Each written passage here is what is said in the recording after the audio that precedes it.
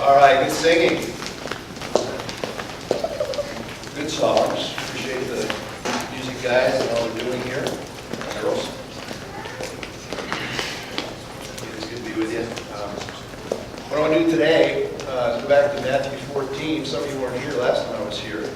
We started looking at a passage there in Matthew 14, a familiar passage. We'll go back and just finish up that today. Talk about faith. It's at the core of who we are. It's a topic that we're all familiar with, but it's a topic we're all growing in and learning about more and more every day. For us, God's teaching us faith in new ways as we move out here. And I know that you are going through things in your lives right now that are teaching you faith, causing you to step out in ways maybe you hadn't done before. So together we're in that. And as a church, obviously this is a big transition time, a big time to trust the Lord, see what God is going to do. And I'm excited about that because we have a great God. That's why we can be excited. If it depended on us, then there wouldn't be much hope. But God's in the mix, and God is able. So we're going to talk about that this morning. Let's just have a word of prayer as we continue. Father, as we rejoice this morning in the fact that Jesus saves, He saved us. We have great hope to look forward to. We have something that glues us together as a people. We get to be part of the church. And we thank you that Jesus is the head, that we can look to Him, that He does what no one else can do. He's done that for us. He's redeemed us. He saved us. And we look forward to that day when we'll be glorified. We just ask today that you would help us as we look at this passage, that you would personalize it to us, that your Spirit would speak to our hearts individually, that we would be drawn closer to you, that you would help us to see things maybe we haven't seen before. The Lord, you be honored and glorified through the service today. And so we thank you in Jesus' name. All right, we come to Matthew 14, and it's an interesting passage. It starts out with the headless prophet. Jesus gets that news, and it was hard to take. His cousin. It says, in fact, he withdrew, verse 13, to a desolate place by himself. He just wanted to get away. He just wanted time to let this sink in. What's going on? Obviously, he's God, but he's also a man. He has emotions, and he's working through this. His disciples show up, the crowd shows up, and then he does the impossible, and he feeds them all. It's an amazing thing. It's a great story. It's a great story to apply to us because in the case of Gospel Life Church, if this church is going to grow and going to have an impact in this town, it's going to be God. And Jesus could say to us, go feed the people, and we would say, well, how are we going to do that? We only have 5 loaves and 2 fishes. That's enough food to feed a little kid, but certainly it's not enough to feed the vast multitude of people here. And Jesus simply says, bring me the 5 loaves and 2 fishes, and he takes it, and he prays over it, and he divides it, and then he gives it back to them, and then they take it and disperse it. And as you know the story, 20,000 people eat, there's 12 baskets left over. It's an amazing story that we hear over and over again, but we just need to sink in, because God can take our little 5 loaves and 2 fishes. And if we just commit it to him, and if he's in it, he's going to make it happen, right? So that great story. And then Jesus, as we saw last time, sends his disciples out into the storm. He knew where they were going. He knew what they were going to face. And he used that storm in their lives to bring them closer to him, to learn how to trust more. He monitored the storm from on the mountaintop, so they were never out of his sight. They were always protected by him. He finally showed up just the right time to save them. And that's what he does for us. But today I want to just look at this little section here, starting with verse 28. And Peter answered him, Lord, if it is you, command me to come to you on the water. And Jesus said, come. So Peter got out of the boat, walked on the water, and came to Jesus. And when he saw the wind, he was afraid and began to sink. And he cried out, Lord, save me. Jesus immediately reached out his hand and took hold of him, saying to him, oh, you little faith, why did you doubt? And when they got into the boat, the wind ceased, and those in the boat worshipped him, saying, truly, you are the Son of God. Faith is about faith. Now, all believers have a measure of faith, obviously. You have to have faith to be saved. We all have trusted in Christ as our personal Savior.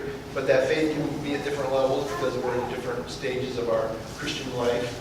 For some people that are saved, but they doubt their salvation. They don't have enough trust in God to believe that He can keep them day to day.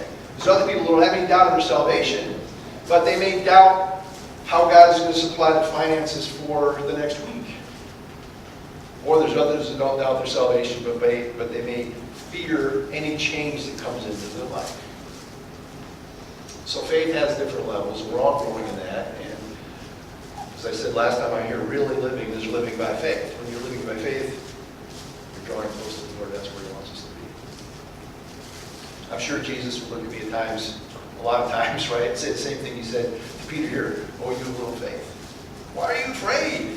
What are you fearing? I'm right here with you. You do not fear anything. Hebrews 10:39 says, for we are not of those who shrink back and are destroyed, but of those who have faith and preserve our souls. And that's the testimony of all of us as we walk by faith. God continues to preserve us and keep us, and He supplies our needs, and we really have nothing to worry about. We don't have anything to worry about as individuals, we don't have to worry about as a church, and actually it's far bigger than us, isn't it? It's not about this church. It's about what God is doing globally that really matters. We're just a small part of that. Yeah, we're an important part because God redeemed us and called us and chose us and put us together. But nonetheless, it's not just about us. It's about how's God going to use us in this huge master plan. What does that look like? And I don't know. I certainly don't know what that looks like. But I do know one thing. When you're following the Lord, it's exciting. Sometimes the turns are turns you would never imagine. When God's in control, and when He's in control, it's always good. So we should be marked by our faith, live by our faith, make decisions by faith, please God by faith. I mean, that should be the norm for us, right? Of course, it's not just faith that matters, it's who is the object of your faith, really. In this case, it's focusing us back on Jesus. No one else is trustworthy like Him. We've all had people let us down. Every day people let us down. We have good friends, we have relatives, we have associates and acquaintances that we think we can trust, and then, bam, something happens. But Jesus never does that to us. He is always trustworthy. He is always there for us. And we need to put our trust in Him. I love this. Love God, love others. Obviously, it's biblical. The two greatest commandments. But I think the way that we best demonstrate our love for God is by our trust, by our faith in Him. If we really love Him, we're really going to trust Him. So then we can love others. Because if you're trusting God for everything you need, then you can love other people with all that you have. So faith. When Jesus is present, and He always is if you're a believer, and His power is available, it changes the whole perspective we have of life. And it should. It changes our whole perspective as we look forward here as a church. It's a little dismal today in a sense. People are on vacation, some people aren't here. God's here. That's what matters. God's here. And if we're here, we're following His will, then we can have the joy that we need. So, I'm obviously not expecting to literally walk on water. I don't think you are either. But God is going to bring some quote-unquote walk-on-water experiences into our lives, and He does. And I don't know what that looks like for you. I don't know how tragic that might be or what it might be, but God is going to do it, and then He will be there to save us through it. And as the songs were very appropriate this morning for what we're talking about. It's dark sometimes in all of our lives. It doesn't matter who we are, where we are in life. We all have those experiences where God's there. We need to trust Him. In this passage, Jesus does the impossible, and He enables Peter to do the impossible. Now we, in a sense, are starting a new part of our journey as gospel life. I'm coming as the newbie. I don't know any of you guys hardly at all, but I'm excited to be here. I'm excited to be with a group of people that had the faith to step out and plant a church. Step away from the comfort zone. Step away from churches that had everything going on and say, hey, we're gonna, by God's grace, make this happen. I'm excited to be a part of people that have done that. It's not the first part of your journey. It's not the last part of our journey. Obviously, Ben and Becca did a wonderful job. I love Ben and Becca. I know you love them more because you know better than I do. But the little bit I know of them, we we already love them a lot. And the whole connection thing with them is just a God thing for us. But, I mean, they were people-oriented people, evangelistic people. You couldn't ask for better people when it came to that. They loved this church. They mothered this church. I can tell that by just reading some of the stuff, you know. This was their baby. I've listened to some of Ben's preaching. He's a gifted, very gifted preacher. Great guy. I wouldn't mind sitting under him. And they were certainly familiar and proven friends to you guys. I can understand why there's a lot of emotions going on right now in people's hearts and people's lives, and have been over the last few weeks as you've gone through this transition and all this taking place. But I want to remind you that gospel life is first and foremost the result of God's word. It's a result of God's word. Now, God used Ben and Becca as the leaders to found this church, and God used Ben and Becca as magnets to draw people together, but ultimately God did it through them. It wasn't them, it was God working through them. Therefore, it's a God thing. In a sense now, God is kind of forcing this church to step outside of the boat. It was kind of comfortable. Ben at the helm, Becca at his side. It was kind of a comfortable situation. Even though it was a church plant, there's a lot of unknowns, it was still comfortable. But now, God is forcing you, in a sense, to step outside of that comfort zone. See what he'll do. So God gave me the faith to move here and plant this church, and give me the faith to move on and grow this church.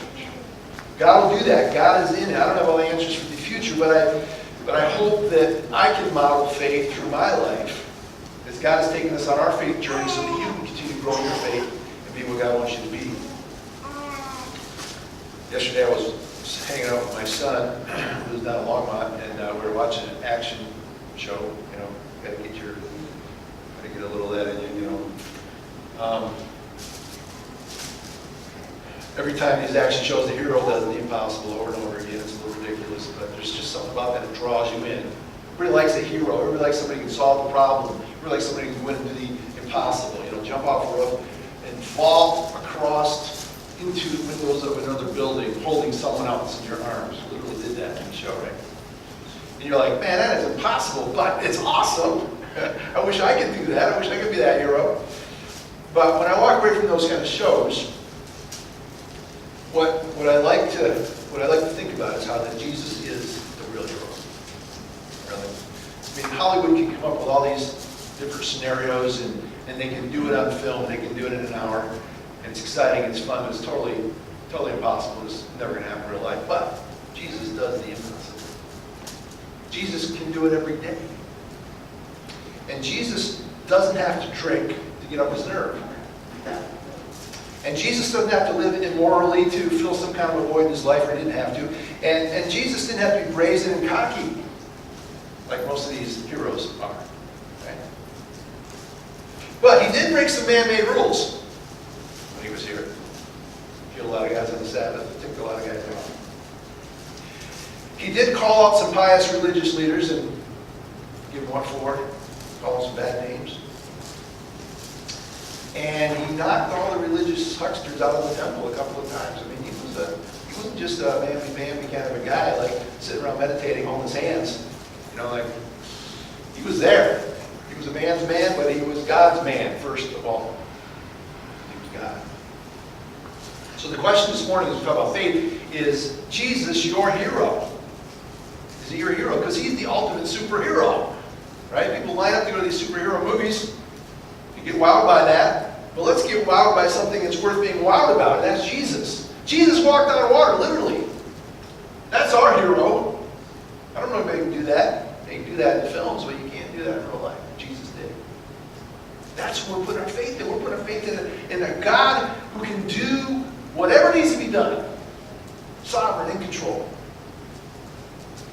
There's an old chorus that says, all hail King Jesus. All hail Emmanuel. King of kings, Lord of lords, bright morning star. And throughout eternity, I'll sing your praises, and I'll reign with you through all eternity. That's who we're excited about this morning, Jesus. not some TV hero. It's not even some real hero. It's Jesus who enables us to do whatever we do in this life that may be heroic. It's all because of him. So we come back to this passage this morning. I want us to see three things about faith. One is positive, one is progressive, and one is perceptive. As we look at Peter here, first thing we see about Peter's faith is it's positive. In other words, by that I mean he's confident and he's totally convinced. It sounds quite totally convinced when he first says, if it's you. But he's totally convinced when Jesus says, come, and he steps out of the boat. And I want to ask us, is our faith positive this morning? Because there's a lot of negativity in our world. There's a lot of negativity even in our lives. And faith is positive because we understand God's ability. We understand what he can do, and alone what he can do. Hebrews 11:1, the substance of things hoped for, the evidence of things not seen. That's what faith is. Believing in something you can't see, believing God can do what no one else can do, and what I don't know how he can do, but he still does it. That's the kind of faith that we need. It's positive. Peter was optimistic. He sees the moment, and we need to be alert to the opportunities that come our way. God has you in a certain place, in a certain network of friends, in a certain business. Everything that's going on in your life is on purpose. It's providential, and he's placed you there. And I was praying, Lord, I don't know where you want me to live up here. We found a house in Wellington on the nice side, where David lives. And we loved it because you look out the back, the whole side of the back of the house, there was a park, like you should see the mountains. And that's what my wife wants. She wants to see the mountains. And my father-in-law as well, too. And we got in there, we're like the third person seeing this house. And the first person on the list, because she's going to go 1, 2, 3 and check them off, and we were third. And so the first person backed out for some reason, I think the health issue. And so like the second one, we're like, we don't want to be mean, but we're like praying, Lord, please make them have bad credit or something so we can get this house, right?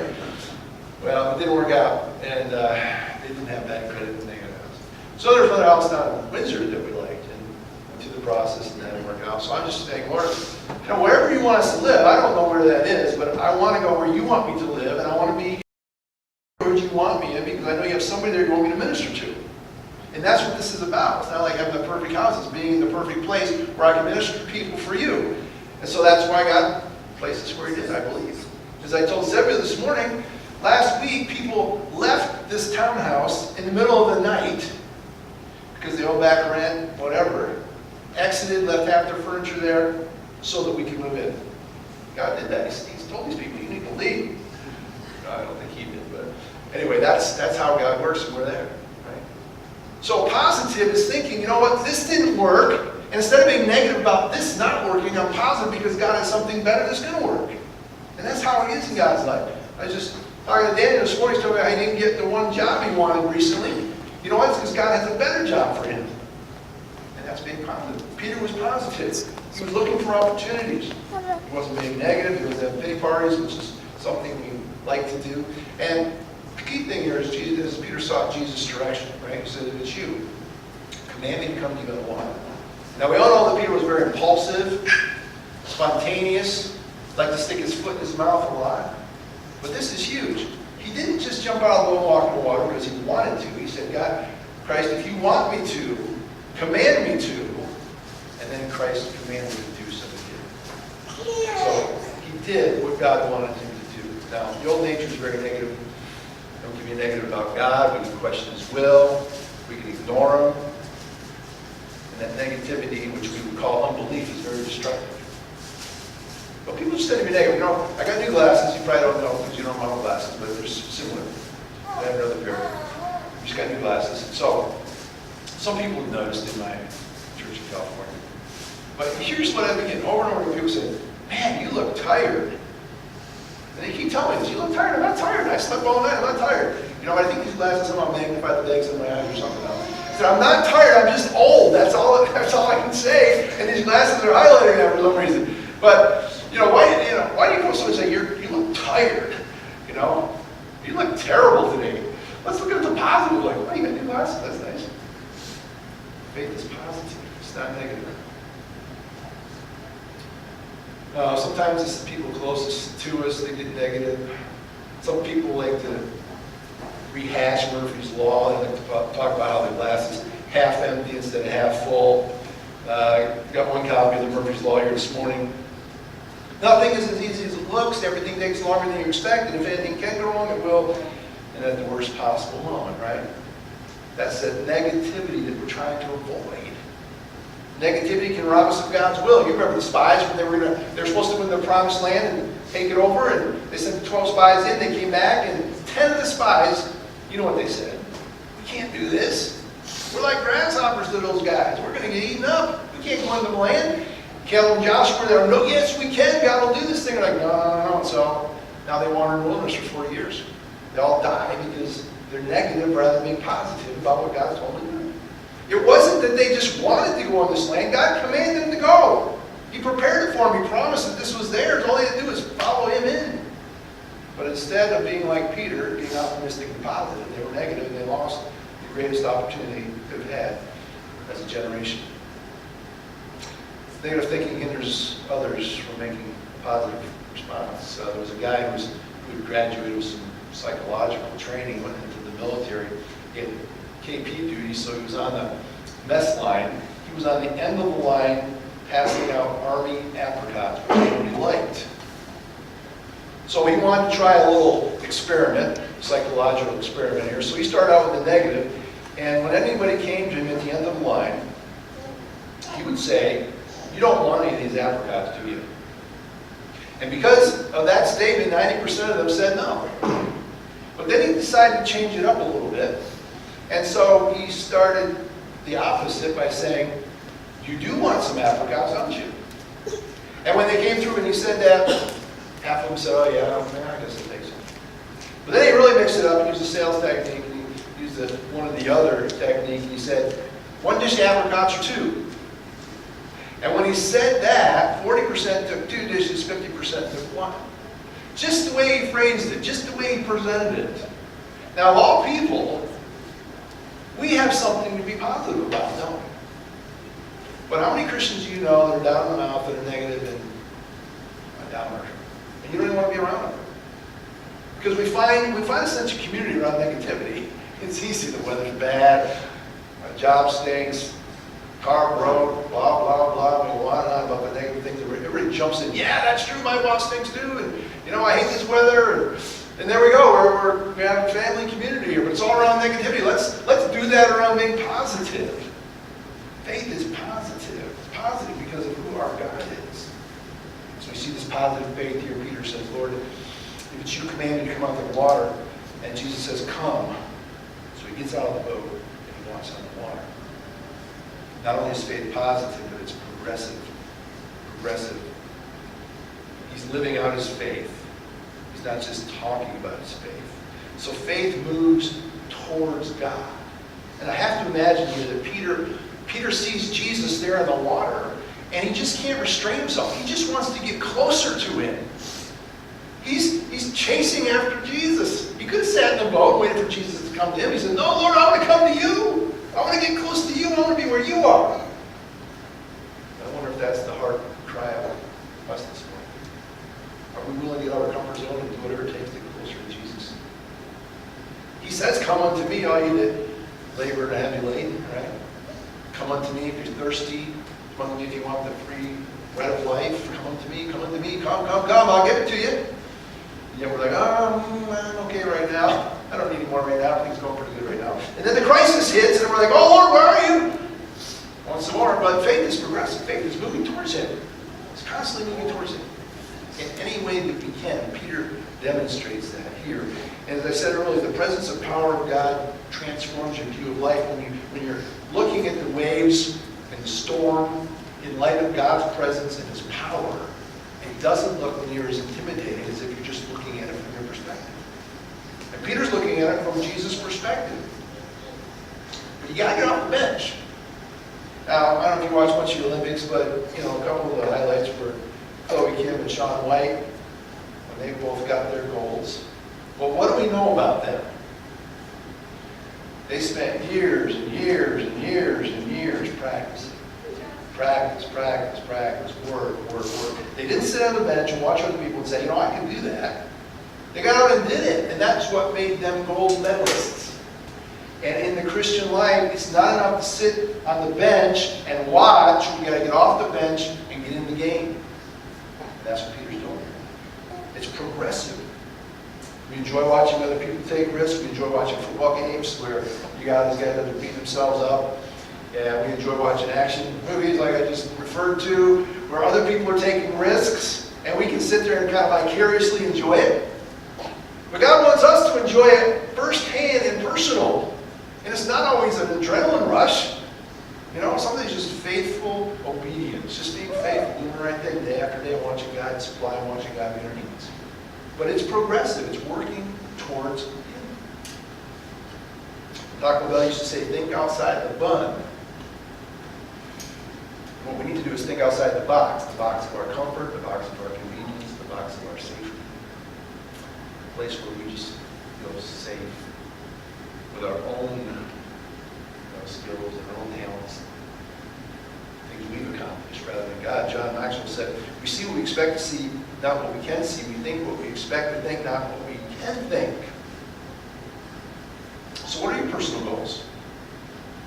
Are they progressive? Are they, God, help me to learn to live by faith better?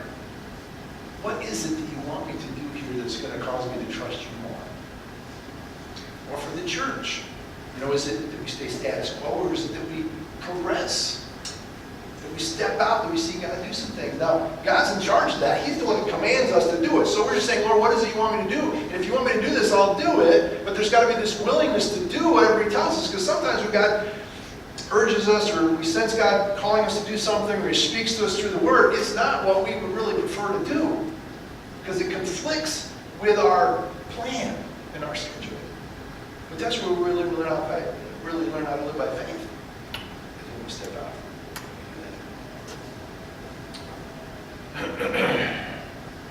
The next point is perceptive. Faith is perceptive. It was funny, we were there. I was at Moody's this morning, and we're preparing to leave, and Graceland was there, and the offering box was sitting there on top of a tote or something. And she's pointing at the back of it. She's going, door, right? And then she's pointing at the lock, and she's saying, I think she's saying open or something. And Mommy's saying, no, that's stuck. We can't get it open, right? And Dave's back on locked. and so Graceland senses that Mommy's not going to open it. So she very perceptively turns and goes, I know you can do this thing. I've seen you done this before, right? And that's the way faith is, where we have this perception that though I can't do it, God can. And so sometimes I turn to my own resources and I try to do it, but then I come to my senses and realize, hey, this isn't going to work. I can't do this. Jesus, will you do this for me? Right? So faith is perceptive. Peter walked in the water. He was perceptive enough to know that it was Jesus. He stepped out. He walks in the water. But then he takes his eyes off the Lord and he starts to sink. It reminds me of an NFL receiver who's out there getting ready to catch the pass, right? And just as he's about ready to catch the pass, he takes his eyes off the ball and looks where he's going and looks at the guy that's going to slam him at that minute, tackle him. And he drops the ball. And it's almost like that's what Peter did. He's got his eyes on Jesus. He's walking on the water. He's a little bit away from Jesus. And all of a sudden he looks down. He looks at the wind, it says, and all the waves, the motion that come from those winds. And he starts to sink. Because his eyes took their focus off of Jesus. But to his credit, he knew where to call out, right? He was very perceptive. And as he sinks, he cries out, Lord, save me. Because he knew that was the only solution. He didn't start doggy paddling. He didn't start yelling to the guys in the boat, throwing a life jacket. He just looked at Jesus and said, Lord, save me. And that's the kind of perception we need. Our faith needs to be perceptive in the sense that we know that Jesus is the only one who has the answers. He is the only one that can save me. I need to call out to Him. Sometimes we hold back because we don't want to be like Peter. We say, well, I know that I can walk on water if Jesus wanted me to, because I know He would enable me to, but I'm afraid to, because if I step out, I might sink, and then I'd be a failure. No. Then you would just learn how weak your faith is, and to learn to depend on the Lord more. It wasn't bad that he sung. I mean, Jesus says here, well, you have little faith. It doesn't say he didn't have any faith. The truth is have little faith. Our It's not talking about getting more faith. It's talking about having consistent faith. Because what happens is we vacillate between belief and unbelief, right? We vacillate. And what Peter had done is vacillate. He believed wholeheartedly enough to step out of that boat and start walking on water in the midst of this huge storm, which was still raging all around him. And yet all of a sudden he vacillated. There was a moment of unbelief where he started to sink. And God's will for us is that we would have a consistent faith. That there would be less unbelief in our lives. That we would believe God more and more often and more steadily, and be steadfast in our faith rather than having this up and down faith. And as a new believer, that's what happens. A person's a new believer, and they're excited about Jesus, and excited about what he can do for them, and they're all in, but then something happens, and all of a sudden they're like crying and worried, and they don't know what's going to happen in their life because they're back into the old of unbelief. And then they get some encouragement, and they start believing again. And this thing's going like this, and God wants it to get less and less and less and less, so that we just are steady. We just trust God no matter what comes into our life. Peter had the perception of that Jesus was the only one that could help. So Jesus saves him, and it's a huge, huge lesson for Peter and for the guys in the boat. They all go, Peter and Jesus go get in the boat.